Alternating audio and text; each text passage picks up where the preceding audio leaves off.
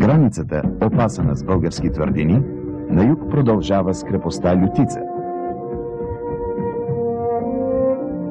Тя е издигната на планински връх между ивайловградските села Свирачи и Пелевун.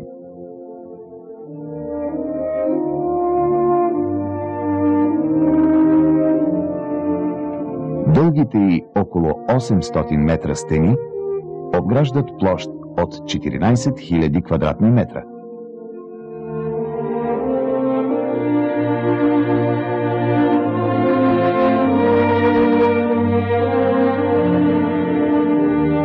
Те са и широки около 2 метра, запазени до първоначалната си височина 10 метра и завършват с бойна площадка, изградена по цялото й протежение.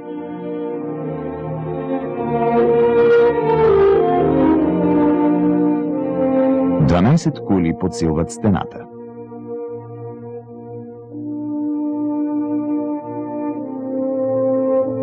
Освен за водене на бой, кулите са използвани в горните си етажи за жилищни помещения, казарми, а в долната си част за водохранилища.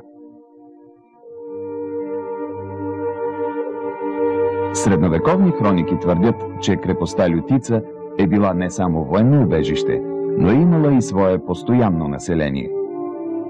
В архиепископски списъци на Вселенската патриаршия от X век се споменава епископията Лютица в епархия Тракия, подвластна на Пловдивския митрополит.